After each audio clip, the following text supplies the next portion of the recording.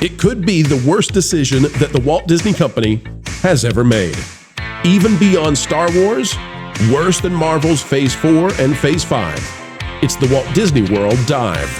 Today, we're talking about how the modern crop of Disney Imagineers seem totally and utterly incompetent, and they are determined to destroy the most important asset that the Walt Disney Company owns, Magic Kingdom. We'll explain and why tragic is what's coming to a park near Mickey.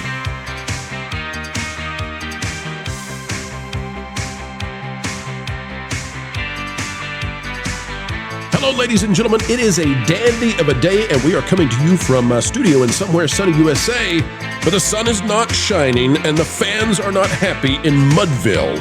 And yes, Mudville is Walt Disney World, specifically Magic Kingdom, where they intend to put a mud hill over the rivers of America, destroy Frontierland, 1/4 of the park. And by the way, they're so smart that they are transforming the most important asset the Walt Disney Company has, and people are angry, and they do not seem as if they want to change one bit. We'll get into it. First off, folks, we have Vash Sky of That Park Place and That Pod Place. Vash, welcome back. Thank you so much for having me. And it's been a while. We're happy now. In fact, I would say we're just about ecstatic, Josh, to have you back. Josh Harris is a Disney historian and designer. Josh, welcome. Hello, guys. Pleasure to be here again. Nice to see you, Pro. And Vash. I wish it was under different circumstances, Josh, and I mean that truly. I would love to have you on to talk about fun things. Today, folks, you're in for a video where we're going to just lay out that Disney is getting ready to destroy something that is not only symbolically near and dear to the hearts of so many, but also if you are an investor of the Walt Disney Company, it is now time to know what's going on. All right, taking a look at this, folks. This was just from 2019. I want you to see how far the company has changed. All right, take a look at this. It says, from Disney parks, again, back in 2019, Disney parks all over the world still bear many personal marks of Walt Disney himself, and Tom Sawyer Island is perhaps one of the most personal. And that is true. Tom Sawyer Island is what now in the DEI era, although apparently DEI is DIE-ing, Disney just didn't get the memo. It's Tom Sawyer Island that has to go because it's just too controversial. Why? Who knows? Take a look at this out of Disney Glimpses. We have a quote here from a very prominent Imagineer. Josh Vash, who is our Imagineer here that's giving us this quote? I had it. I've lost it. Who is our Imagineer? Val Usel. Sorry about that. Yes. And Josh, do I have the name correct about that? Do I have the pronunciation right? I was just speaking with him about that myself because I only see him in text. I never actually see him on any other thing. So I think it's Ulst, as in like Ulster. So I think it's Val Ulst, very, very prominent Imagineer. With the company ever since 1978, he was integral into the first international parks, things that include like Tokyo Disney. He was also involved with Disneyland Paris, very prominently there. As well as Tokyo Disney Sea, all the really cool, wonderful, beautiful things that Disney has been doing for the past at least half century. That's right. And Mr. Usel, if you are listening, or if any other legacy Imagineers out there are listening, you all are welcome to come on this channel. We have amassed quite the viewership, and I think we've got the megaphone, and we would be very happy to hand that megaphone to the legacy Imagineers who have something to say about what's going on. That's the destruction of Magic Kingdom. And if you destroy Magic Kingdom, what you will do is you will cause the destruction of all the rest of the parks, the entire ecosystem of Walt Disney World, because it all starts with Magic Kingdom. All right, here's the quote we have. It says, former Imagineer with over 40 years with the company. In case you didn't know, or in case you don't know, Imagineering is on point for the demolition of the rivers of America at Walt Disney World. The Waterway, Riverboat, and Tom Sawyer's Island are being eliminated to make way for a new Cars Land that would sit in their place. Folks, as we continue to read this, let me just insert my opinion on this for a minute. This would be akin to me as if you were to say, we're going to demolish Cinderella Castle and we're going to replace it with an Inside Out 2 Disney Vacation Club tower. That's the kind of lunacy that we have here. Heritage places in the parks like Rivers of America are not and never have been pure sacred cows. In Paris, Big Thunder replaced Tom Sawyer's Island. At Disneyland, the night show Fantasmic was set on Tom Sawyer's Island and entertained those who lined the river. For Galaxy's Edge, we realigned the Steam Train, Columbia, and Mark Twain routes to accommodate the new land. But we never nuked it. Elsewhere in the parks, icons like the castles get overlays and main streets get new shops. Walt said it best about the Florida property. We are blessed with space. But Walt Disney Imagineering has failed to navigate and master plan a path to capture land adjacent to the rivers of America for the new land. A lot of Imagineers, particularly those that bleed, WED, which is the name before Walt Disney Imagineering, are more than saddened by this master plan fail. I admit that in other social media circles, there's audience that's happy with the land being replaced, but in those same circles, there's no small community of those who can't believe Imagineering would do this. Let me skip ahead just a wee bit, folks, though you, if you're watching the video, can read that, and we encourage you to do so. For the brevity necessary here on YouTube, we're going to continue on. WED and WDI have never been perfect, but such missteps in the past have been few and far between. The exception being Paul Pressler's version of Disney's California Adventure. Now I can list several just in the recent years. One wonders if Rivers of America can be nuked. What other foundational heritage pieces can be next? The castle, Main Street, pirates, expensive steam trains, or monorails? Yes to every one of them, I say. Maybe the castle survives. Every other one of those, these crazy DEI people will destroy all of it. To fix such a mess, it has to be recognized as a mess, but I don't see it happening. The emperors at 1401 Flower Street are butt naked and don't know it. WED lives, just not at 1401 Flower anymore. Gentlemen, you cannot be, you can't get any more of a smackdown from a former Imagineer than that. And I wish that I could now hand it to the panel and say, what are your thoughts on this? But I have to add this. It's breaking today. And it's from That Park Place. And folks, you'll notice my version of That Park Place looks a little bit different than yours. It's the VIP section. For $5, you'll get access to all kinds of VIP content. Highly recommend, although we give you the win regardless. Tons of content for free on thatparkplace.com. Go check it out. The article says Disney knows fans oppose Rivers of America destruction and Cars expansion and doesn't care. Former Imagineer confirms the issue is closed. The Imagineer making that statement is Eddie Soto. He's a legend. The work he did on Main Street for Disneyland Paris, in my opinion, it's unparalleled. And I know it's a team effort, but Eddie Soto, amazing. And Eddie says that others have tried and failed to convince Disney to stop what they're doing. He says, as far as I know, the issue is closed. Walt Disney Imagineering is already well aware of the SM Post's issues and opinions. So they're pushing forward with the destruction of Tom Sawyer Island, and it doesn't seem like they're going to be persuaded otherwise. Josh, I know you've been making a campaign to get this to not happen because you feel it's connected with Walt's legacy. It's also, well, it's just flat out art. It's beauty. And this will be, I think, what brings the demise of Walt Disney World and really damages it for decades to come. Not recoverable, I don't think. So what do you think, Josh? Is it too late, or do we still have a chance at convincing this company to not obliterate itself? Well, have they drained the river yet? No. They're okay. They're licking their chops to do it. Yeah. Have they deforested that wonderful piece of unspoiled land that's on the left-hand side of the park, the western side? Have they done that yet? No. Okay. Well, then there's still time. All right, so, Josh, walk us through it then.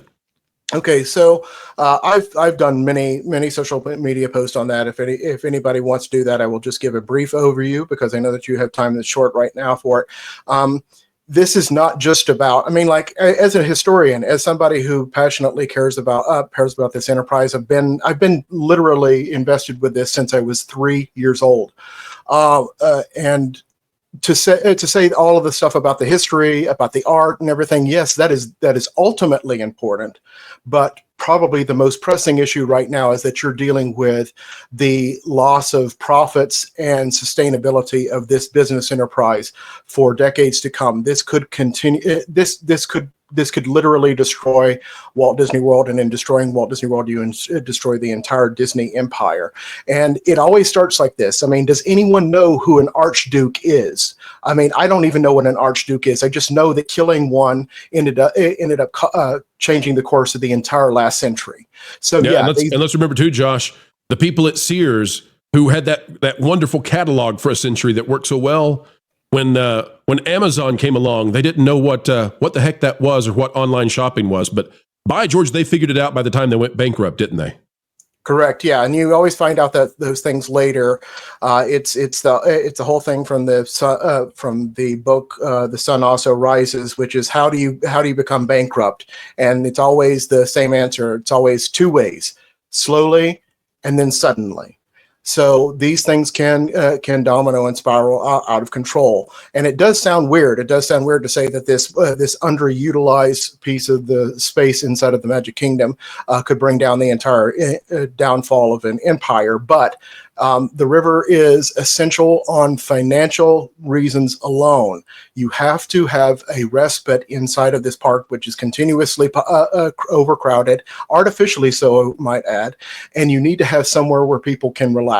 And even if you never go on Tom Sawyer Island, if you never even go on the riverboat, although I strongly recommend that you do, you will still enjoy the beauty of it. And also, this is not just about those three elements. It's not just about the river and the island and the riverboat. It will precipitate the destruction of all of Frontierland, because they will have to adapt Frontierland to meet this profoundly stupid Cars Land, off-brand Cars Land attraction. And you will also make it very easy for them to completely retheme Liberty Square, which is the quote-unquote heart of Disney World. And I find it extraordinarily ironic that they would want to do this right on the eve of the celebration of our quarter millennial of this country. I mean, we're about to celebrate 250 years of this great nation that we have, and the shining example of that is Liberty Square, which was created for the created in part for the bicentennial, which was taking place 4 years after the park first opened. Now, wait a minute. Hold on, Josh. Hold on just a second. I can't believe you're questioning Walt Disney Imagineering coming up with new names and new themes for their lands. Don't you remember, sir, how well that just went at Epcot? Yes, I distinctly remember that. And keep this in mind too for any of the listeners and everything. I am a futurist. I'm the Epcot guy. I'm the guy who created Epcot Legacy. I profoundly love the studios. Those two are my inherent passions. I am, for better or for worse, a sophisticate.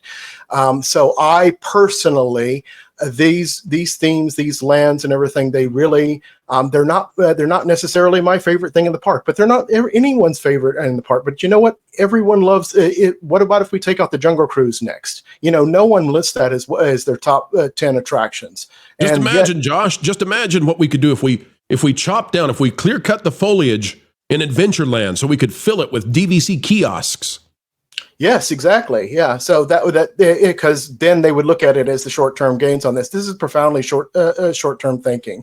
So they do not understand. And yes, so if you want to attack it, you need to attack it on the hard facts, the concrete data that you're looking at. And you mentioned Epcot with that one. Well, how did that work with the attendance for Epcot?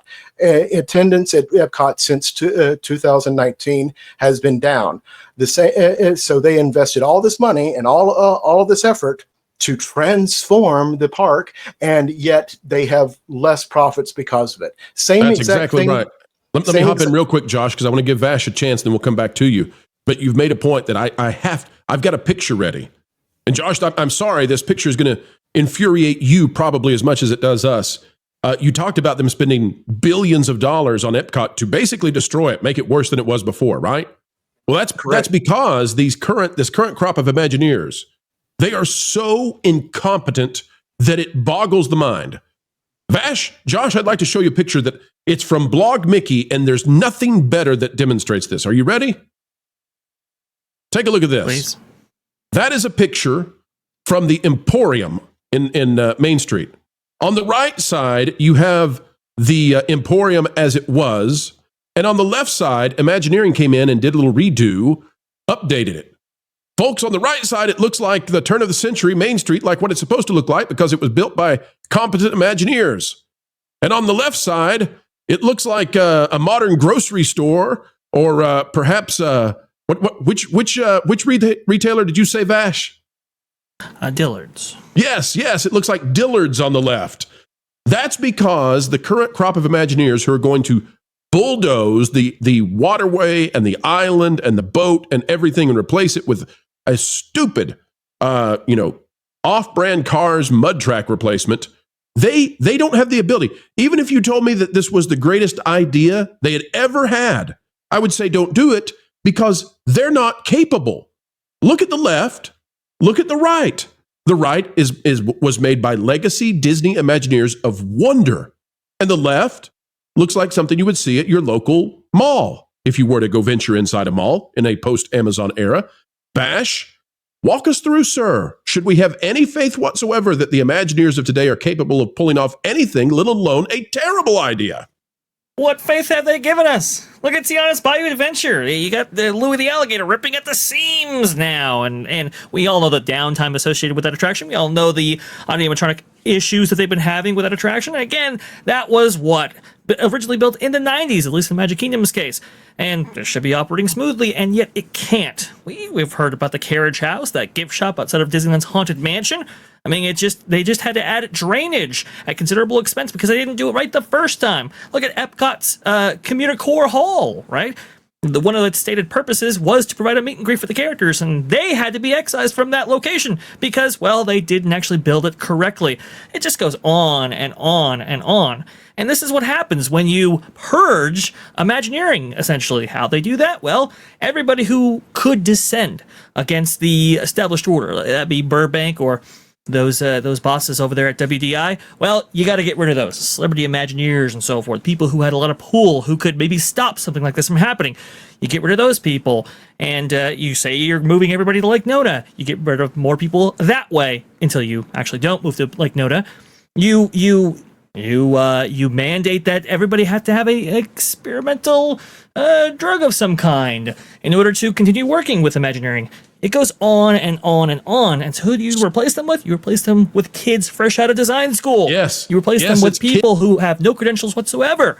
That's right. It's kids, Vash. Let me hop in there real quick. You brought something up. We got to show this, Vash. We can't just simply leave it hanging. But no, Vash is exactly right. They're kids. These are kids. These are not professionals. These are kids who just were given a college degree, and who knows if it's based on merit. Many of them selected for immutable differences. Hey, investors, 24 are you years ready old. for this? Yeah, 24 folks, and we love our 24-year-old listeners and viewers out there. But take a look at this. Poor Louis, the animatronic, he's only a few months old, maybe a year old. I don't know how old he is. But look, he's tearing apart. We'll turn the audio off. Look at this.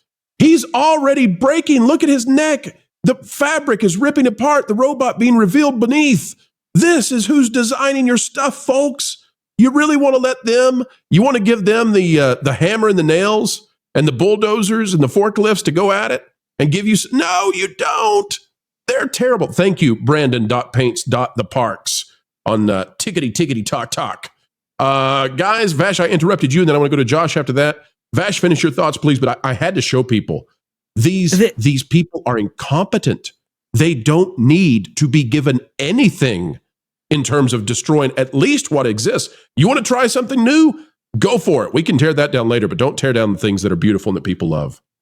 And we just went over Eddie Soto, right? And how I remember him telling a story about he fought for all of the amazing design work for Disneyland Paris, and how he wanted that molding. He wanted those extra things that made Disneyland Paris's Main Street what it was, and how he went with back and forth with Frank back at that time, and it was extraordinary, and how that was actually achieved back then. There is nobody at the company with any historical knowledge of the company's legacy or history. That's for one. But for two, you have nobody at the company who really cares. They're looking at other design firms like Gensler, not just at Disney. And Josh D'Amaro, he knows this. He understands that this was very, very unpopular, which is why when he decided to announce that the Cars Land was coming, he didn't actually tell you the location when he was at the D23 Parks panel. Oh, no. 2 days later, after everyone had gone home, that's when he decides to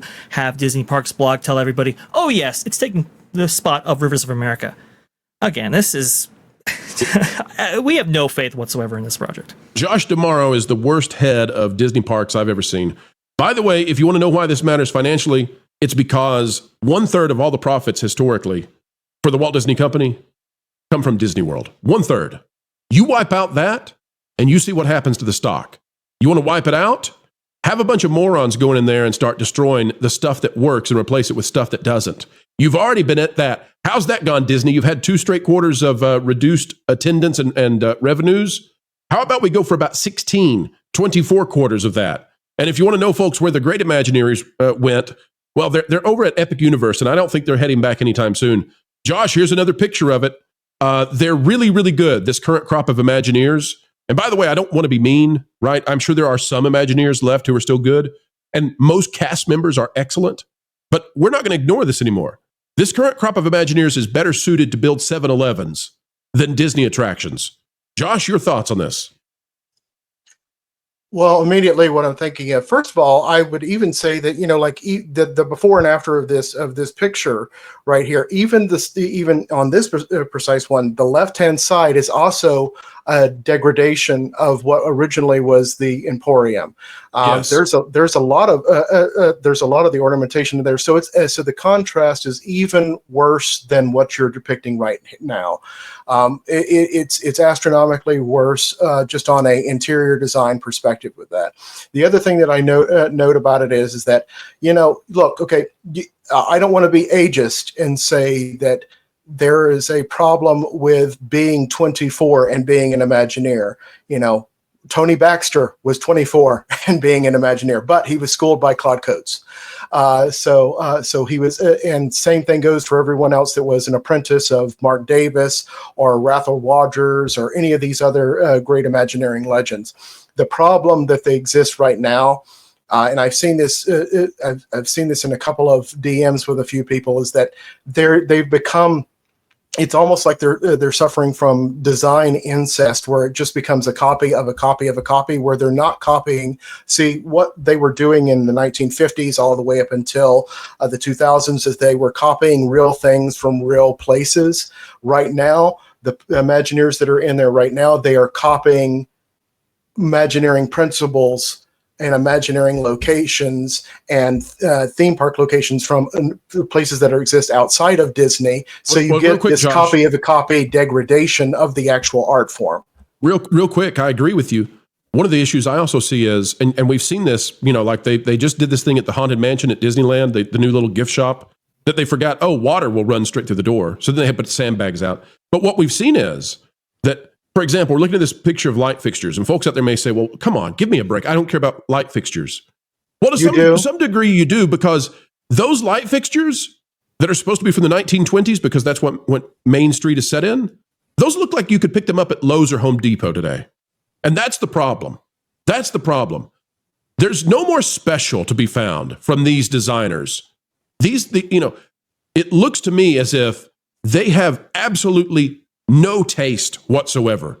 No taste, no appreciation for design or culture or anything beyond what they have learned in their Cal Arts or their SoCal design class. SCAD, exactly. Yes. Yeah. Well, here's the other thing. I would say that there's an even more precise way of framing this, is that even if they advocate for historically authentic props and lighting fixtures and different types of ornamentation, these younger Imagineers, more inexperienced ones, do not have the mental faculties yet. And I could say this about all 24-year-olds. They don't have the mental faculties yet to articulate and argue their point in front of their leaders, which only want things to come in under budget and ahead of schedule. That's all that they really care about with that. Yeah, they have leaders either. and they don't have advocates either as well, because typically what would happen is that you have an older Imagineer that would be there, and then you would have the younger one that would say, okay, I really want this pretty little thing here. I know it's a little bit more expensive, but we can go and we can do it.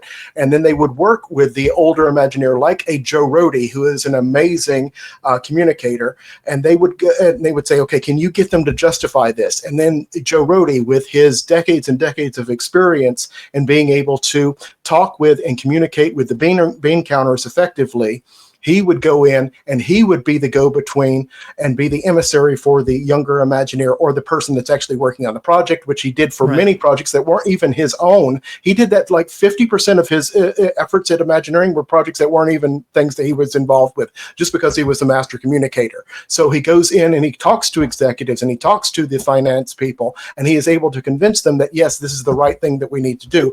They don't have that go-between. There's no protection for these people. And so, yeah, we can go ahead, we can come down on the younger Imagineers, but also we are punching a little bit below the belt with that one, where we really should be focusing our efforts on the higher up executives, which are totally disconnected from reality and only exist to make the next quarter better. Well, guess what? You can win every single quarter, and you can completely lose your business in the process. Well, point taken, but I'll tell you this, I think we're being plenty harsh, because I'm going all the way to the top to Josh tomorrow and saying, worst head of Disney parks ever.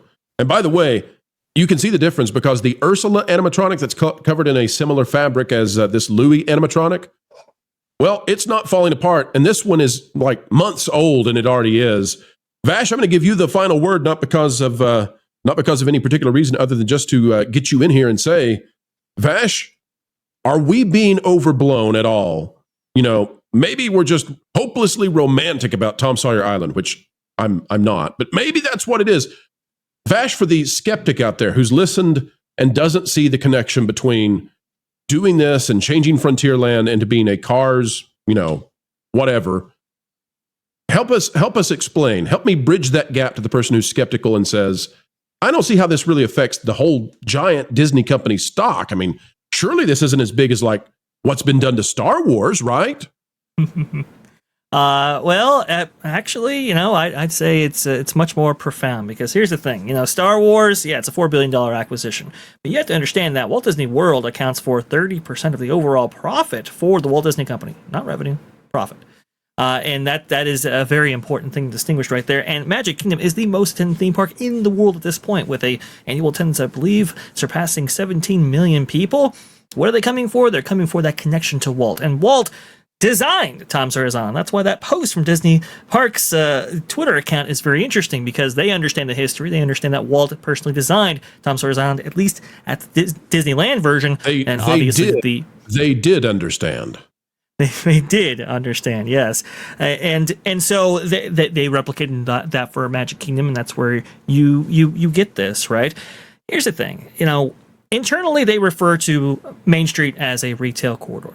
And with that mindset, that's how you get the Dillards, basically, photos that we had before. And Josh is exactly right. If you take that intermediary like Joe Rohde away, and you don't have that institutional memory, this is how you get these things. And I think the lack of all those things is why we're getting a replacement of Tom Sawyer's Island, because we have people who are both uninformed and people who are doing the bidding of those above them. And yes, I do agree with you. I mean, I think it's a point of blame for everybody involved up and down the chain. You sink Magic Kingdom, you sink Walt Disney World. Indeed. Here's an idea. If you're in a plane, let's say you're in a plane and some things are not working, Disney. Let's say that some of the lights over the chairs don't work, and the air conditioning in the plane is not just perfect. But by golly, the engines are great, and you need the engines to work. Maybe don't mess with the engines while you're in air. And hey, Disney, while other stuff's failing, like Star Wars, Marvel, we can keep going on all the stuff that's not working for Disney. Disney Plus, not really working. How about you not let the same kind of ideas and philosophies that are destroying that go over and work on the engine that's flying the plane while you're in air? Maybe don't do that. That's what you're doing with Walt Disney World. And if you enjoy the box office failure that is Captain America Brave New World or the Marvels, well, you're really going to love the failure that's going to be what happens here. But instead of leaving the movie theaters, Disney, in about 6 to 8 weeks, this is going to be there for 20 or 30 years. And unlike the Haunted Mansion, this really will haunt you. All right, folks, that's the video for today. We are warning everybody at Disney. We're just saying we would like for you to be able to survive. And, well, this seems to be the opposite of that. You should not do this. I think we have accurately predicted pretty darn well over the past 2.5 years what Disney should do and not do. We're telling you, this is your worst decision you've ever made if you go forward with it. It's really, really bad.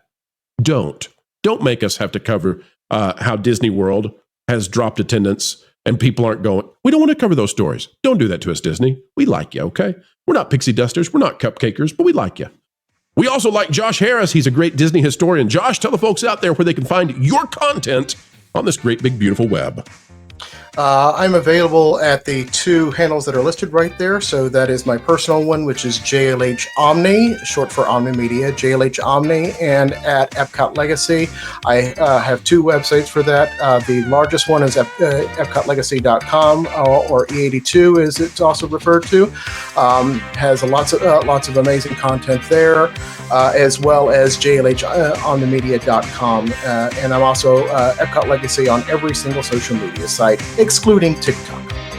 Folks, also get over there and check out Vash Sky at That Part Place, the YouTube channel, as well as That Pod Place. And folks, all we ask is you click that like button, share, subscribe, click it, stick it to the algorithms. It is the notification bell. Drop a comment down below. Let us know your thoughts. And until the next time, keep learning, keep growing, and keep having fun. Okay, these colors just seem to conflict with your natural tone. Wilton, what are you doing? Obviously, we're getting Jose ready to throw his name in the hat to be the next CEO of Disney. That's ridiculous. He's not qualified for that kind of role. Well, of course he is. He's a wonderful candidate for a corporate puppet. What on earth is happening? He's literally a foreign agent by all accounts. You think honoring boundaries is a thing? No! This is Disney! He's got diversity points, green skin, and a wig. And most importantly, he likes to destroy things and blow them up, whether they're from the past or from now. He shows no discrimination. Okay, you know what? I really can't argue with any of that. So, right? You do have fun. I'm gonna go read thatparkplace.com and watch WDW Pro. Okay, bye.